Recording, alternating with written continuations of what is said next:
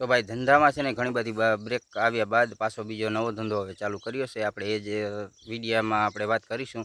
તો ધંધાની વાત કરીએ ને તો ભાઈ હમણાં છે ને મગફળી નેદવાનું ને એવું બધું કામ હાલતું, અને અત્યારે તમે બેકગ્રાઉન્ડ ઉપર મગફળી બધી જોઈ શકો છો, જો આ રીતના છે। અને સૌથી પહેલાં તો તમને એને આ બધું સરનામું આપી દઉં।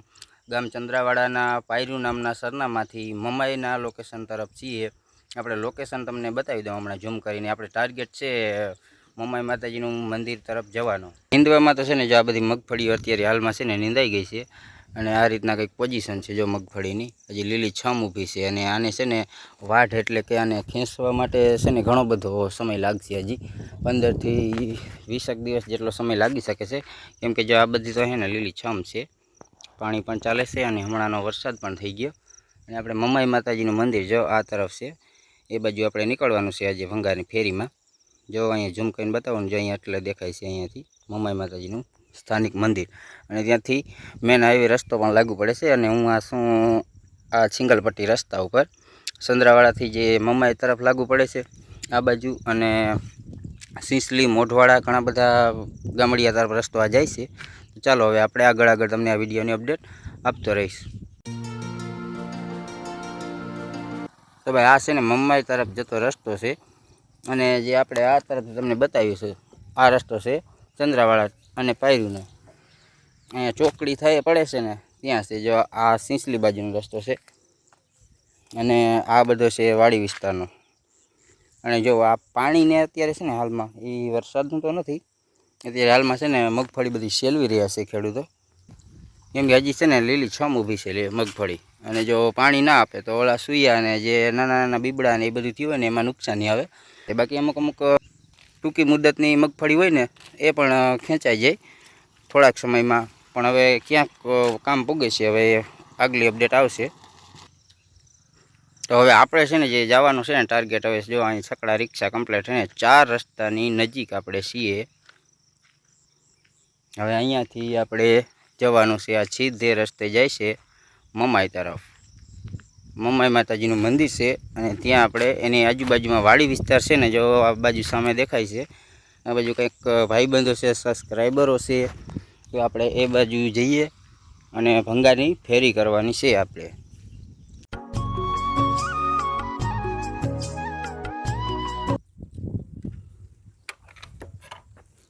દુકાનેથી છે ને બોણી કરી હતી થોડીક, એટલી હતી કંઈક બાસકા, અને હવે પછી ને આ બાજુ વાડી વિસ્તારમાં એ બાજુથી દુકાનેથી બોણી કરી અને પછી આપણે આગળ નીકળ્યા। અને ભાઈ આમાં છે ને વાડીઓમાંથી છૂટક ભંગાર લીધો, કંઈક 500-700 રૂપિયા જેવો ભંગાર લઈ લીધો, અને હવે પછી આપણે નીકળીએ આગળ મમાઈ માતાજીના મંદિર તરફ।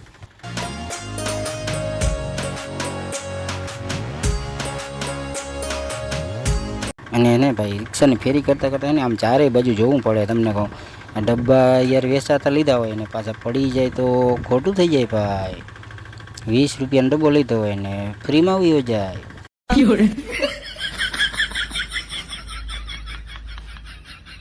એક તો જો તો પેલો પાછળનો ડબ્બો કેવો છે, 2-3 ઊંધા હાથથી નાખીને ધરાર લીધો હોય ને એ રીતના ડબ્બો પડ્યો હોય, બોલો।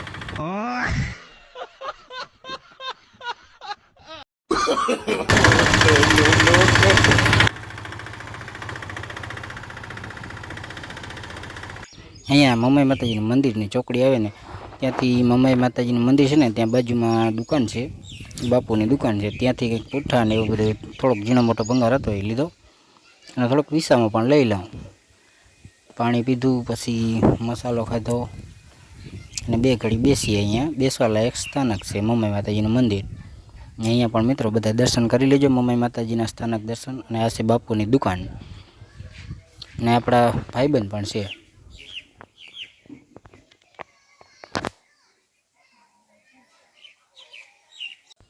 હવે એનાથી 2-3 વાડીનો ટાર્ગેટ રહેશે બાકી। હવે આપણે એ બાજુ જવાનું છે, જો અહીંયાથી બાજુમાં તમને ઝૂમ કરીને બતાવો ને, આ બાજુ છે 2 ચક્કર લગાડી લઈએ, થોડોક સમય છે એટલે।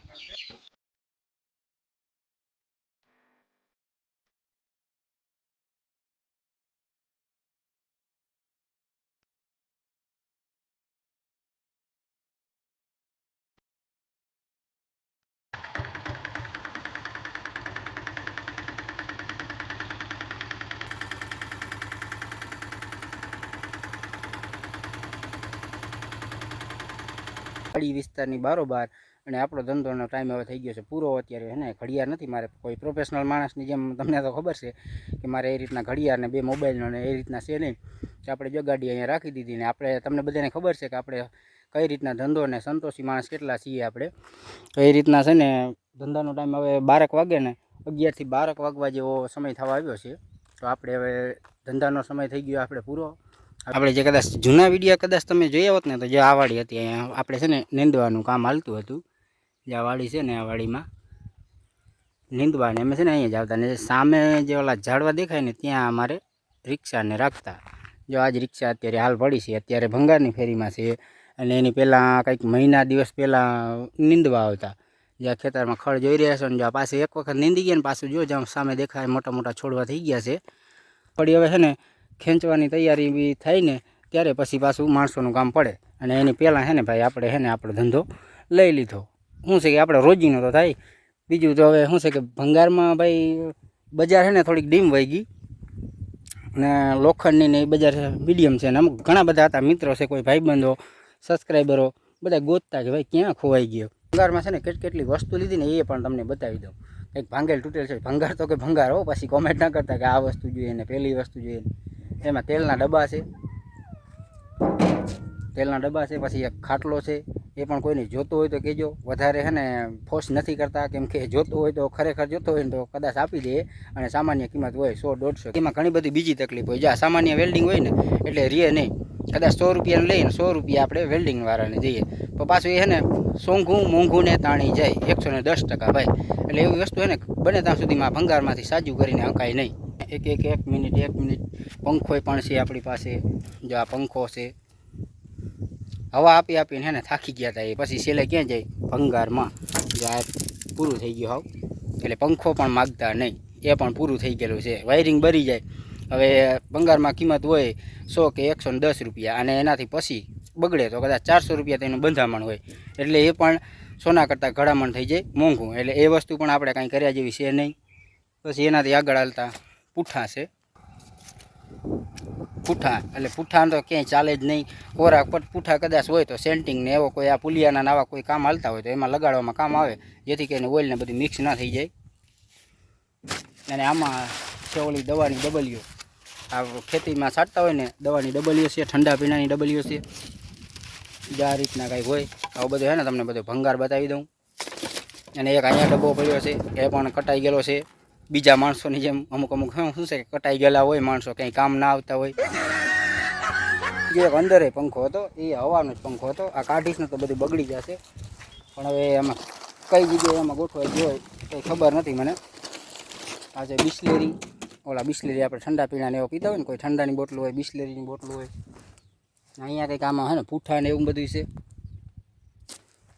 લોખંડ એને વધારે નથી મળતું ભાઈ. લોખંડ છે ને હવે એની બધી માર્કેટ તૂટી ગઈ ને એટલે લોખંડ વધારે કોઈ વેચવા તૈયાર નથી, કેમ કે બજાર ઓછી હોય, ભાવ ઓછો હોય એટલે કોઈ વેચે નહીં.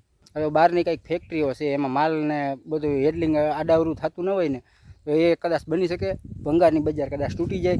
અને એ ભંગારની બજાર તૂટે એટલે આમાં છકડા રિક્ષામાં ડીઝલ ને વેરંટી ને એવું બધું આવતું હોય, એટલે આપણે પણ ના પોસાય. અને સામે પણ આપણે લેતા હોય ત્યાં પણ ગ્રાહકને પણ આપણે વ્યવસ્થિત રીતે સમજાવી ના શકીએ. તો આ રીતના ને કંઈક ભંગાર આપણે ફેરી કમ્પ્લીટ થઈ ગઈ છે.